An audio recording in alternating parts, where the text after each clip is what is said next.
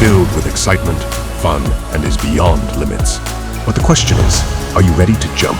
If it is a yes, then you have jumped into the world of ultimate entertainment. Welcome to YOLO 247, a place of fun, indulgence, and endless surprises.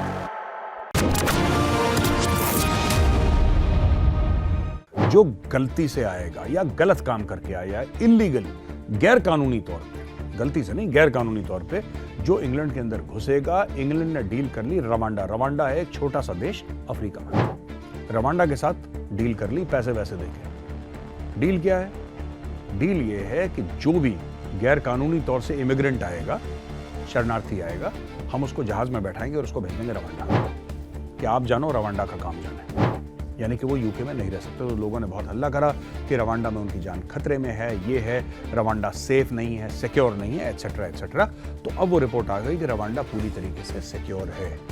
और हिंदुस्तान के लिए अच्छी खबर क्यों है? हम तो कहते हैं चाहे वो हिंदुस्तानी हो, कोई भी देश का हो, इवन इफ इज इंडियन, अगर वो गैर कानूनी तौर से जा रहा है, गलत कर रहा है। जैसे हमें यह पसंद नहीं है कि हमारे देश में रोहिंग्या आए या हमारे देश में गैर कानूनी तौर से बांग्लादेशी आए, उसी प्रकार से उनको भी अच्छा नहीं लगता कि उनके देश में कोई गैर कानूनी तौर से आए। जो इंडियंस हैं उनके लिए तो मैं कह सकता हूं आप इसको वापस इंडिया भेजो, डिपोर्ट करो, जरा हम इनको देखते हैं। जय हिंद दोस्तों, मैं हूं मेजर गौरव आर्य और आप देख रहे हैं आज की ताजा तरीन खबरें। अच्छा, अभी तक आपको सारी स्टोरी आपके सामने आईने की तरह साफ हो चुकी होगी।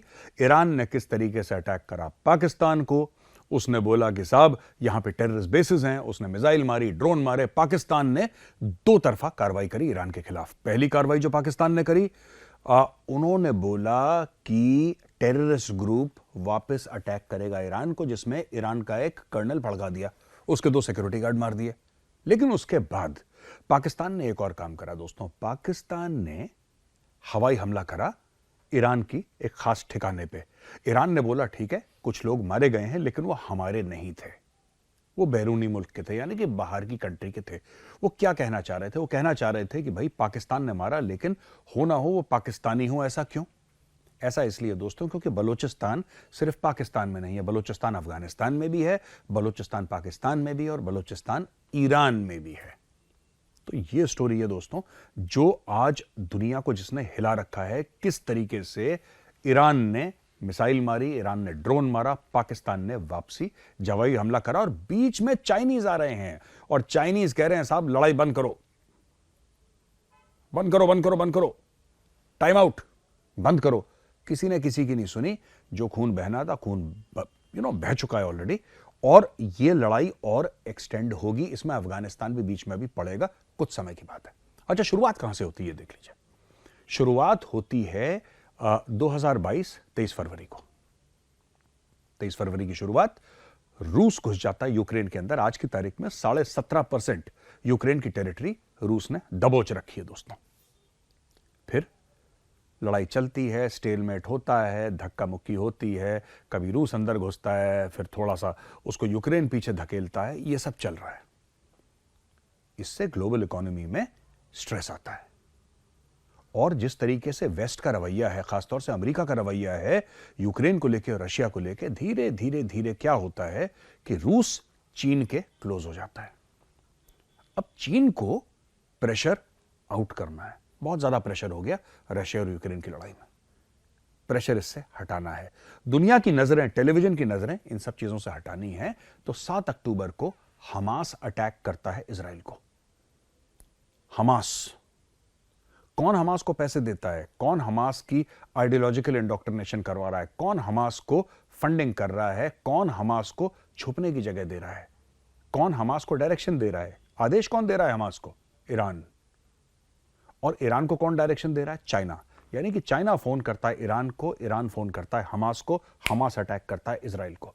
इजराइल जवाबी कार्रवाई करता है और दुनिया भर में आग लग जाती है। हाय तौबा, हाय तौबा, इजराइल ने गलत कर दिया, इजराइल ने ऐसा कर दिया, इजराइल ने वैसा कर दिया, इतने लोग मर गए, 10,000, 20,000, दुनिया भर के फिगर्स हमास की सो कॉल्ड हेल्थ मिनिस्ट्री ये फिगर्स दे रही है। अब दोस्तों बीच में क्या होता है कि दुनिया बहुत प्रेशराइज करती है इजराइल को, लड़ाई रोको भाई, stop this war, stop this war. लेकिन इजराइल नहीं रोकता। इजराइल कहता है कि जब तक आखिरी हमास वाले को जमीन के नीचे नहीं गाड़ देंगे, हम लोग नहीं रुकेंगे।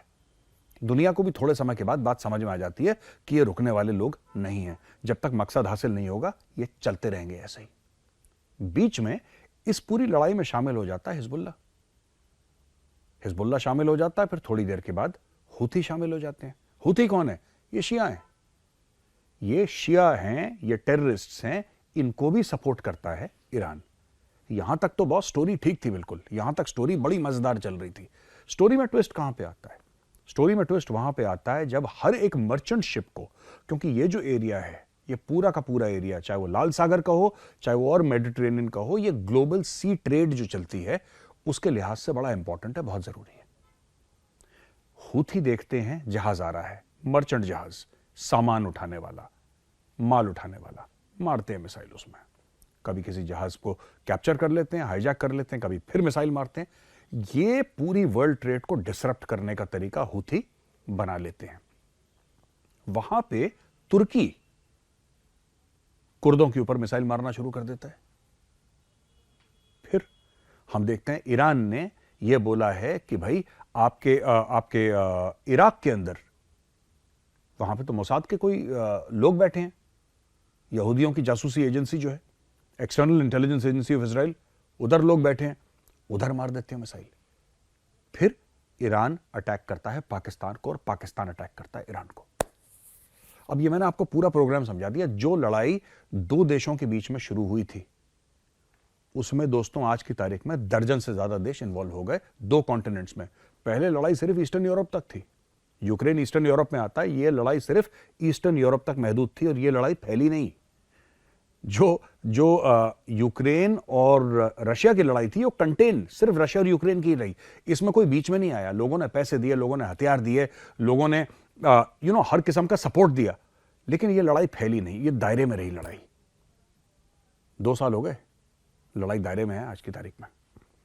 लेकिन जो इजराइल और हमास की लड़ाई हुई, ये दोस्तों इतनी ज्यादा फैल गई है कि it has become a multinational war आज की तारीख में। और वो दिन दूर नहीं है जब ये लड़ाई घुस जाएगी अफगानिस्तान के अंदर।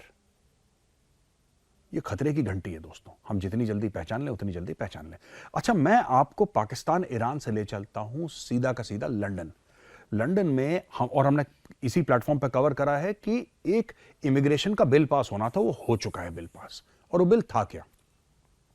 जो गलती से आएगा या गलत काम करके आया, इलीगल, गैर कानूनी तौर पे, गलती से नहीं गैर कानूनी तौर पे जो इंग्लैंड के अंदर घुसेगा, इंग्लैंड ने डील कर ली रवांडा है एक छोटा सा देश अफ्रीका में, रवांडा के साथ डील कर ली पैसे वैसे देके। डील क्या है? डील ये है कि जो भी गैर कानूनी तौर से इमिग्रेंट आएगा, शरणार्थी आएगा, हम उसको जहाज में बैठाएंगे और उसको भेज देंगे रवांडा, कि आप जानो रवांडा का काम जाने। यानी कि वो यूके में नहीं रह सकते। तो लोगों ने बहुत हल्ला करा कि रवांडा में उनकी जान खतरे में है, ये है, रवांडा सेफ नहीं है, सिक्योर नहीं है, एटसेट्रा एटसेट्रा। तो अब वो रिपोर्ट आ गई कि रवांडा पूरी तरीके से सिक्योर है। रवांडा सिक्योर भी हो, मुझे नहीं पता था रवांडा सिक्योर है, रवांडा सिक्योर भी हो गया, बहुत अच्छी बात है। अब ये जितने भी लोग हैं, और हिंदुस्तान के लिए अच्छी खबर क्यों है? हम तो कहते हैं चाहे वो हिंदुस्तानी हो, कोई भी देश का हो, इवन इफ इज इंडियन, अगर वो गैर कानूनी तौर से जा रहा है, गलत कर रहा है। जैसे हमें यह पसंद नहीं है कि हमारे देश में रोहिंग्या आए या हमारे देश में गैर कानूनी तौर से बांग्लादेशी आए, उसी प्रकार से उनको भी अच्छा नहीं लगता कि उनके देश में कोई गैर कानूनी तौर से आए। जो इंडियंस हैं उनके लिए तो मैं कह सकता हूं आप इसको वापस इंडिया भेजो, डिपोर्ट करो, जरा हम इनको देखते हैं कैसे भागे ये, डन। लेकिन बहुत सारी यूरोपियन कंट्रीज अब बात कर रही हैं अफ्रीका, क्योंकि गरीब मुल्क हैं अफ्रीका में, गरीब देश हैं, उनसे लगातार बातचीत चल रही है और उनको ये बताया जा रहा है कि भाई देखो ऐसा है, तुम्हें पैसे चाहिए ना, हम तुम्हें इतना पैसा देंगे, लेकिन जो हम बंदे भेजेंगे उनको अपने पास रखो। और रवांडा है भी ऐसी जगह कि रवांडा से निकलना इतना आसान नहीं है दोस्तों। तो वहां पे ऐसी जगह इनको जाके फिट कर दिया है कि ये बिल्कुल वहां पे टाइट हो गए। और ये भेजना अब शुरुआत इन्होंने, यूके ने कर दी है शुरुआत, यूके कानून पास हो गया तो जाहिर सी बात है यूके भेजेगा। अब जो दूसरे लोग हैं यूरोपियन कंट्रीज, वो भी टाई अप कर रहे हैं। जर्मनी करेगा टाई अप, इटली करेगा टाई अप, फ्रांस को तो बहुत जरूर है टाई अप करे, फ्रांस को तो 3-4 देशों के साथ टाई अप करना चाहिए। फ्रांस का सिर्फ रवांडा से काम नहीं चलेगा, मैं तो कह रहा हूं कीनिया, तंजानिया, जितने भी हैं, जो नाम मुझे नहीं पता, उनसे भी टाई अप करो भाई। नॉर्थ पोल भेजो, एंटार्क्टिका भेजो, जहां भेजो, ये खालिस्तानियों को सबसे पहले भेजो, कलेश की जड़ यही है। अच्छा, ये जो पाकिस्तान के जो टेम्पररी प्राइम मिनिस्टर हैं, ठीक है, मैं इसको टेम्पररी कहता हूं, राइट, ये टेम्पररी पाकिस्तान का जो फर्जी प्राइम मिनिस्टर है, ये गया डावोस में, वर्ल्ड इकोनॉमिक फोरम में, और वहां पे भाई बात करके एक पाकिस्तान को कंट्री ऑफ पर्टिकुलर कंसर्न में डाल रखा है। तो ये मिला होगा वहां पे गोरों से, और गोरों के सामने अब देखिए वो पाकिस्तानी क्या जो मांगे ना, ठीक है, वो पाकिस्तानी ही क्या जो हाथ ना फैलाए, जो कटोरा सामने ना करे, काकड़ ने बोला पैसे वैसे दे नहीं रहे लोग, तो अब मैं ये काम करता हूं, इनसे ये बोल देता हूं कि why are we a country of particular concern. देखिए पाकिस्तान में वही पुरानी दकियानूसी बातें कि पाकिस्तान में बड़ा पोटेंशियल है, पाकिस्तान में, ये सब झूठ बोलते हैं। पाकिस्तानी कोई पोटेंशियल नहीं है पाकिस्तान में। 76 साल से जो पोटेंशियल सामने नहीं आया, ये क्या है? 76 साल में तो जमीन के नीचे तेल का कुआं निकल जाता है, सऊदी अरब की किस्मत बदल जाती है। जो लोग गडरिया थे, जो लोग बेडोवेंस थे, जो जिनके बाप दादा भेड़ हाँकते थे, राइट, वो लोग आज सोने के महलों में रह रहे हैं। 76 साल तो बहुत, बस एक बात कहनी है। एनीवे, तो बोला कि कंट्री ऑफ पर्टिकुलर कंसर्न है, ये है, तो इन्होंने काफी अपनी गुहार लगाई वहां पे रिक्वेस्टिंग मोड में, हाथ वाथ जोड़ के कि भाई हटाओ हमें यहां से। मेरा सवाल कुछ और है, मैं काकड़ साहब गए क्या वहां पे करने के लिए, मुझे ये समझ में नहीं आया। वो वर्ल्ड इकोनॉमिक फोरम, तुम्हारी इकोनॉमी तो है नहीं, तो वर्ल्ड इकोनॉमिक फोरम डावोस में गए क्यों? ये क्या लेने गए, क्या देने गए लोग वहां? देखिए ये अमीरों का प्लेटफॉर्म है वर्ल्ड इकोनॉमिक फोरम, वहां पे डील्स होती हैं, वहां पे लोग दुनिया की इकोनॉमी की बात करते हैं, राइट। वहां पे लोन या खैरात नहीं बढ़ती। अब देखिए इनको, जिसको कहते हैं ना हम टीजी कहते हैं, मार्केटिंग में टीजी कहते हैं, टारगेट ग्रुप। पाकिस्तानियों का दोस्तों टारगेट ग्रुप बिल्कुल क्लियर है। उसने देखा कि अमीरों की महफिल है और इतने सारे एक कमरे में बंद अमीर कहां से मिलेंगे? अब ये सोचिए ना, वरना इनको क्या है कि इंडिपेंडेंटली भीख मांगनी पड़ती है।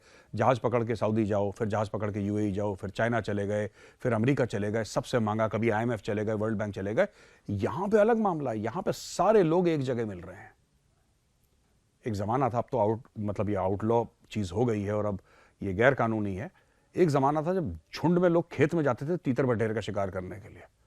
तो पाकिस्तान के लिए जितने भी ये वर्ल्ड लीडर्स वहां पे आए, जितने भी लोग आए, तीतर हैं, या जिसको अंग्रेजी में आप कह सकते हैं टर्की शूट। तो इन्होंने क्या करा कि पाकिस्तान ने सबको देखा कमरे में, बोला कि सबसे एक ही दिन हम मांग लेंगे। ये मांग रहा होगा वहां पे, लोगों सेटिंग अपनी कर रहा होगा काकड़, जहां तक मुझे आइडिया है दोस्तों। तो ये था आज का वीडियो। कैसा लगा आपको वीडियो? अगर पसंद आए तो इस वीडियो को लाइक जरूर करिएगा दोस्तों, और कमेंट में लिखिए इस वीडियो में आपको क्या अच्छा लगा, क्या बुरा लगा। मैं कल फिर मिलूंगा आपसे एक नए वीडियो के साथ, तब तक के लिए जय हिंद।